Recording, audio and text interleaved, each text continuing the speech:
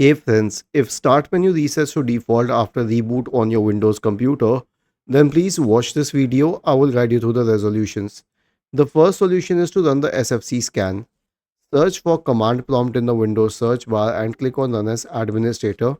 Type the command sfc /scan now and hit enter to invoke the SFC scan. The next one is to run a DISM scan.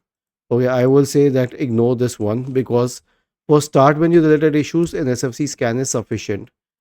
The next one is to uninstall any recently installed Windows update because that could be very problematic.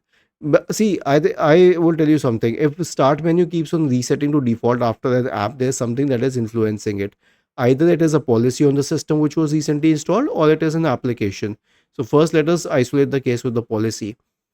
Right click on the start button, select settings from the menu, go to the Windows Update tab, select Update History, click on Uninstall Updates, click on Uninstall and select Uninstall once again.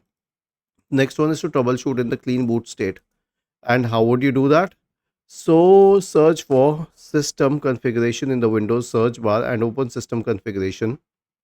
Go to the Services tab, check the box associated with Hide All Microsoft Services.